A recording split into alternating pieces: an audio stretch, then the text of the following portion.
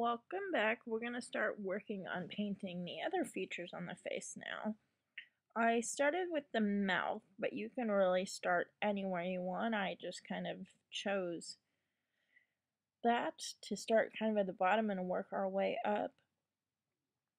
But typically, most mouths are some shade of pink or something similar, but because he has such bright pink skin, I decided to give him blue lips. I don't know if his lips are cold or they're just weird, but so I went with a kind of a turquoise blue on the bottom lip because bottom lips tend to be darker due to shadowing from your nose and your upper lip, and so I painted the bottom lip and then kind of mixed in some white with the same color to do the top lip. And now I'm painting the little portion above his lip. If you choose not to put anything above the upper lip but just want some sort of shadow, you could highlight it with a darker bit of shadow to kind of create a little depth there, or just leave it alone. A lot of painters choose to not put anything there at all, but I think it's fun to add a little something. And I've sped up this video a little bit, so I hope it's not too fast, but to kind of not make it so long. Otherwise, I tend to be a bit of a slow painter, so it takes a while. And again, I'm sorry about the weird blips happening. I'm not sure. Still researching, trying to figure out why that happens. But for the eyes, typically most people's eyes in real life do not have really white eyes. So a lot of painters like to make them more of a tan or a creamy color. If you choose to do so, go for it. I usually just use white because, you know, it's usually I have it on my palette. Sometimes I will paint them white and then color really lightly with a graphite pencil or your number 2 pencil over them and smudge it around to make them look a little gray, but again, all personal preference. And now I'm filling in the little star tattoos with turquoise. I have a thing with turquoise stars.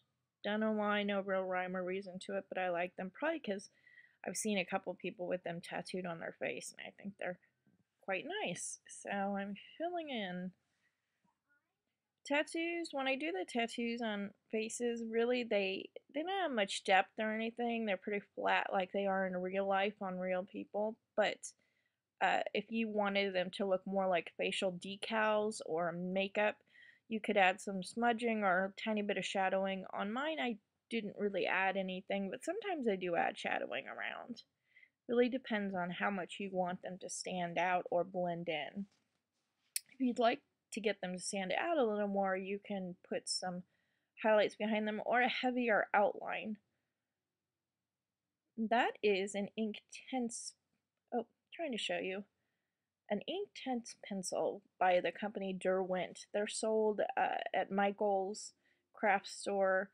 I believe they're a German company, so I'm not sure how widely available they are, but they're an ink in a pencil, kind of like a watercolor pencil, but their color is a bit more vibrant. But if you don't have access to them or watercolor pencils, feel free to use acrylic paint or watercolor crayons if you have them.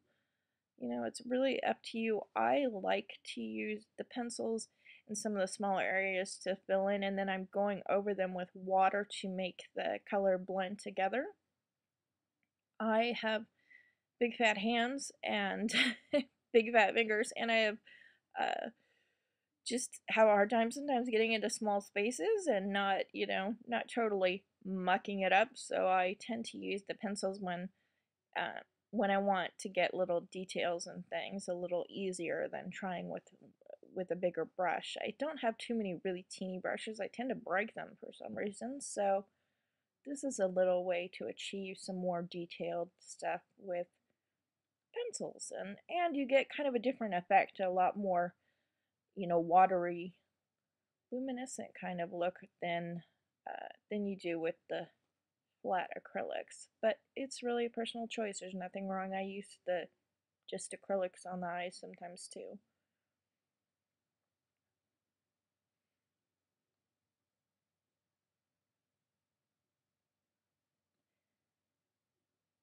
And I'm painting the circles that I added around that one eye now. If you don't do any kind of circles or anything around the eyes, sometimes if you'd like your eyes to stand out a little more, it's nice to put a little kind of highlighting above and below the eyes or make the outlines a little darker. You could outline them in a black or a gray pencil just to make them pop. Or if you wanted them really graphic, you could use black acrylic and paint an outline and then put a little dark shadowing up above and below if you really wanted them to pop and stand out more.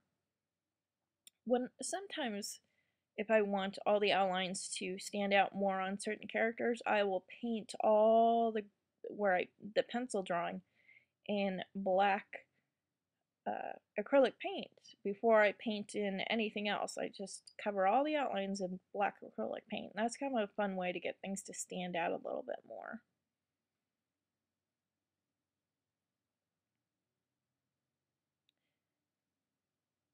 And I'm adding two little white dots in each eye just to kind of make it look like there's a reflection on their eye, not too, it really doesn't matter where. You can look in your photo and see if your inspiration photo and see if the person has some sort of reflection and kind of mimic that if you want, or you can leave it without.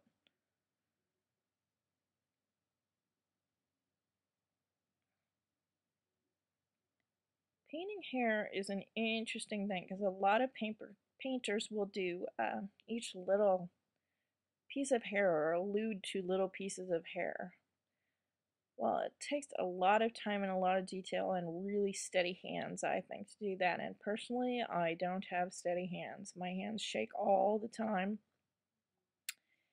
and just not good at doing really fine lines. So I prefer kind of the messy hair look. And so most of my hair that I paint is just kind of big chunky stuff. So I'm just filling in. I drew big clumps, so they're just, like big strands of hair but I chose to do different actual strands so you could see, so I could do kind of multicolored hair. So I'm giving him some red and then going to go back in and paint in some white.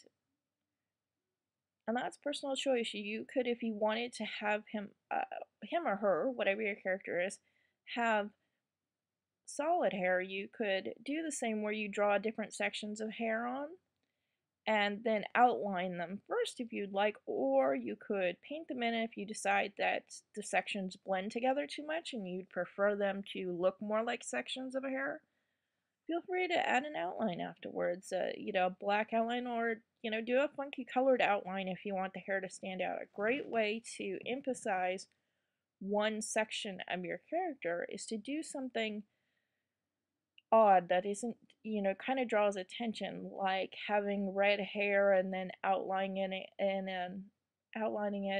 a like a bright green color or yellow, a contrasting color that looks good with the hair, but is very different than what's expected, like a typical black outline. If you just want the sections to, appear there, black is good, or a gray, or just you could go over them again just with your regular pencil if you're just looking to kind of emphasize that there's actual sections. But if you really wanted that to pop, you could do it in an odd funky color. And what I'm using right now is actually a heat gun that's used for embossing, but I use it just to dry when I'm working with different layers and different colors because I tend to rest my hand on my work a lot, and that wet paint in your hands easily smudges, and I always have paint on my hands. And so I use the heat gun in between different things if I'm worried about me setting my hand in it, or I just want to move on to another section. I want to make sure something is totally dry. I will hit it with the heat gun, but moving it around a lot is a good idea because if you do it in one spot for too long directly with a heat gun, it can melt your paint or cause it to bubble, which can be fun texture if you don't mind, but if you don't want it to happen, move it around as you're drying it and it kind of just keeps it from hitting one spot too much. You can also use a hair dryer, which most everybody has a hair dryer, and they don't get as hot, so that you would be able to still dry your painting with a little less concern. You'd probably still want to move it around, but you wouldn't have to worry about it getting quite as hot as heat guns do. But I got my embossing gun at a craft store probably almost 20 years ago now, and it's slowly dying. It still works great. It just makes kind of funky noise, but I believe at the time it was like 15